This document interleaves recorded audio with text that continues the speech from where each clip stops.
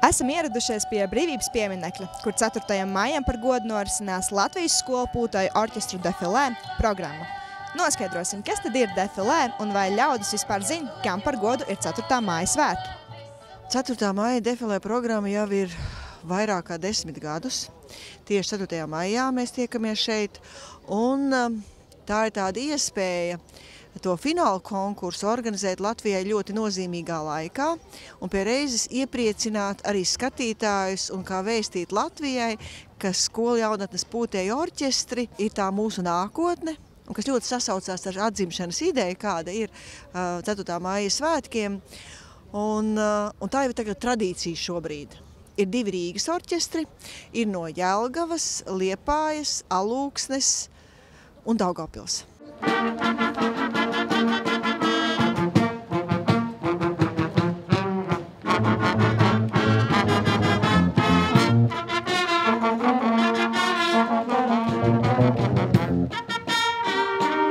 Kā ir, veicot horeogrāfiju, salikt kopā gan orķestrants, gan defilē meitenes? Interesanti. Un to var izdarīt tad, kad ir diezgan labas priekšzināšanas par instrumentiem. Tā kā es pati spēlēju flautu un pati esmu izaugusi orķestrī spēlējot, tad es zinu, ko katrs instruments var, kur katrs instruments skan. Starp citu, tieši Alūksnes bērnu un jauniešu centra pūtāju orķestris ieguva gan augstāko novērtējumu, gan augstāko pakāpi. Bet par uzstāšanās sajūtām, kā arī soļa un skaņas miedarbību, vaicājām arī jauniešiem. Sajūtas ir diezgan tādas, foršas, kā jau vienmēr, uzstāties ir forši, augsti, kā, protams, šitādā laikā. Sajūtas pēc šitā visa diezgan labas, patīk nospēlēt, skanēja labi, vismaz spēlējot. Jā, tomēr ir tāds savs gandarījums šādiem notikumiem. Tik ļoti nepatīk sēdēt tajos ilgajos mēģinājumos, tomēr tad, kad nospēlē, tad arī ir tāda laba sajūta. Grūti ir, bet gandarījums ir labs pēc tam, jo skan labi, izstāsta labi, cilvēkiem patīk, tas svarīgākais. Tas ir sava veida priekšnesums. Orķestris spēlē skaņdarbus un ir defilē dejotājas.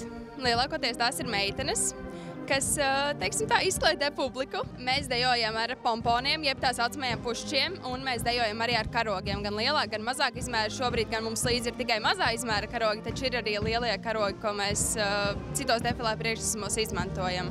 Defilē ir programma, kurai vajadzētu sekot līdzi, tā kā varētu teikt armijā, bet tikai dejojot. Orķestrs ar kustībām un dejām kaut kā pasniedz arī savu mūziku vēl tālāk, varbūt arī defilējam ar karogiem, ar pušķiem un ar batoniem. Mums ir 3 dejas un katrā dejā ir savs izpildījums ar katru savu šo instrumentu. Liepājas orķestra meitenes arī man atļāva izmēģināt vienu no defilē priekšnesuma sastāvdaļām – batonu. Tur ir tikai šitas stingri. Jā, bet pirksti ir brīvi. Šitā. Šitā. Ok, so basically tā ir sastāvnieku lūk. Jā. Locītavu. Jā, apmēram, jā. 4.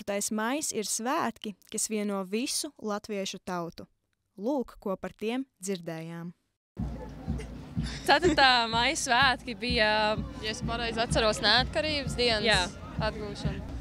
4. maija svētki ir Latvijas Republikas neatkarības atjaunošanas diena. To, ko viņi teica.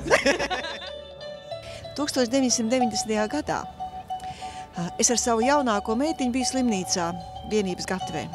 Viņa man bija piedzimusi, bet mums vajadzēja vēl mēnesi ārstēties slimnīcā.